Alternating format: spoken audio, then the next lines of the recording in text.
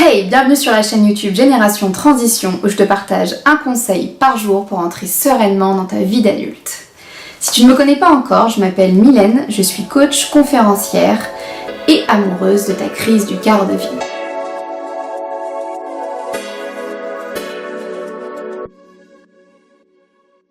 Sur cette chaîne, comme tu peux le voir, on parle beaucoup de jobs qui font sens,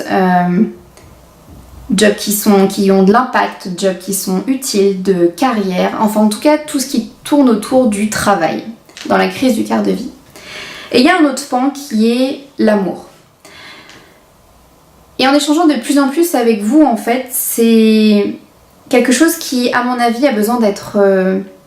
exprimé sur cette chaîne parce que ça fait partie aussi de la crise du quart de vie et que j'ai besoin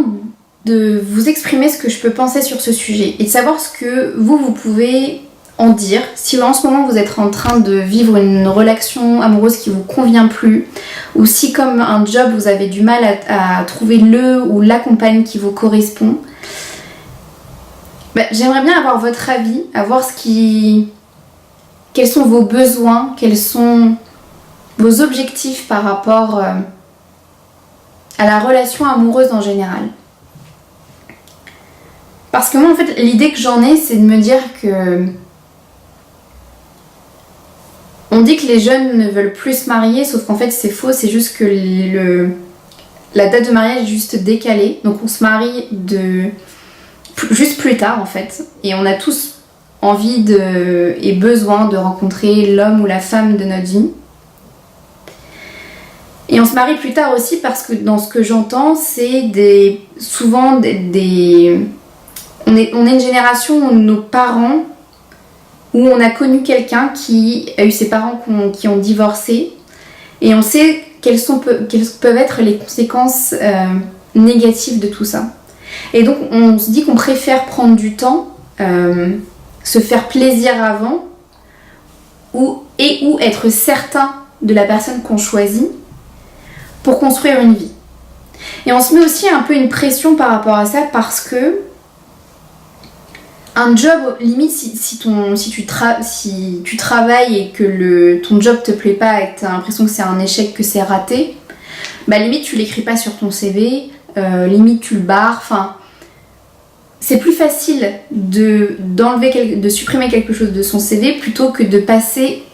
au-dessus d'une relation qui n'a pas fonctionné ou qui a été toxique pour toi, qui a été négative pour toi. Et donc du coup, on nous donne pas vraiment non plus les outils. C'est pas quelque chose qu'on apprend à l'école, alors que ça pourrait être complètement aussi stratégique en fait. Tu vois, pour trouver un job, il y a les études, on te met sur des rails, donc tu as la primaire, le collège, le lycée, donc tu passes des niveaux, ensuite tu as les prépas que tu peux payer plus ou moins cher pour savoir comment tu peux réussir un examen ou un diplôme plus tard. En entreprise, tu as les fiches de poste qui te disent ce que tu as à faire, ce que tu ne dois pas faire, ton périmètre d'action. Et tout ça, en fait, c'est stratégique, tu vois. On t'explique, même à un entretien, tu vois, la préparation à un entretien d'embauche, c'est des choses qui peuvent se préparer stratégiquement, qui peuvent se préparer en amont pour que quand tu arrives, tu sois plein de confiance. Et c'est l'amour, la préparation à une relation, la préparation à communiquer avec l'autre, de rentrer en relation avec l'autre, c'est quelque chose que l'on peut apprendre, mais plus tard. Il existe des coachs en séduction, peut-être des consultants en séduction, enfin des gens qui vont t'apprendre à te présenter, à communiquer, à rentrer en relation, comme je disais, avec l'autre, à communiquer avec l'autre. Et c'est ce que moi aussi je fais de temps en temps parce que c'est ce dont la personne a besoin. Et si vous êtes parent ou si vous êtes parrain-marraine, ou si vous êtes très amis avec des adolescents, je trouve qu'il y a des choses qu'on devrait apprendre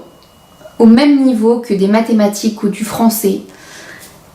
qui sont la rentrée en relation avec quelqu'un, ou qu'est-ce qu'une relation amoureuse, qu'est-ce que c'est l'amour, comment apprendre à aimer, comment apprendre à mettre l'amour à la première place. Parce que c'est, à mon avis, la chose la plus importante au monde. Et moi je me rends compte de plus en plus, et en plus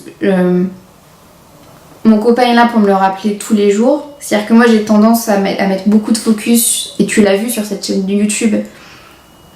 sur le travail, parce que j'adore ce que je fais.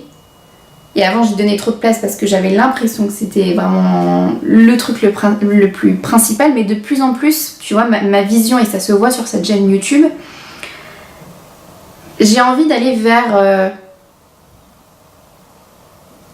la kiffance de la vie en fait. Donc que ça soit ton travail, que ce soit prendre plaisir dans ce que tu fais dans ton quotidien, peu importe si on parle de travail ou pas, et l'amour quoi, ou l'amitié, tu vois, les choses qui sont en fait essentielles, qui font qu'à la fin de ta vie tu te dis waouh, ok, ma vie a été géniale, tu vois. Et donc tout ça pour dire que si tu as des besoins, si tu as des objectifs par rapport à l'amour, que tu as des questions et que tu sais pas bien comment gérer ça, et que tu es là dans tes premières années d'adulte, que tu as entre 20 et 35 ans, et que tu as l'impression que c'est douloureux pour toi, que c'est inconfortable pour toi, que tu sais pas comment gérer ça, écris ça en commentaire, partage-nous ça pour qu'on puisse voir comment on peut t'aider. Contacte-moi par mail, parce que j'entends de plus en plus ça remonter, alors que la société nous dit que les jeunes ne croient plus en l'amour, ne croient plus en mariage, alors qu'en fait c'est faux, c'est pas du tout ce qui se passe en fait en accompagnement. On croit tous en l'amour, on en a tous besoin, et j'envisage vraiment de continuer sur cette chaîne YouTube à parler de l'amour pendant la crise du quart de vie, et de vous donner des conseils pour que vous puissiez vous aussi aimer et être aimé. Voilà, donc si tu veux avoir ces conseils, je te conseille très fortement de t'abonner à cette chaîne YouTube, et on se dit à la prochaine vidéo.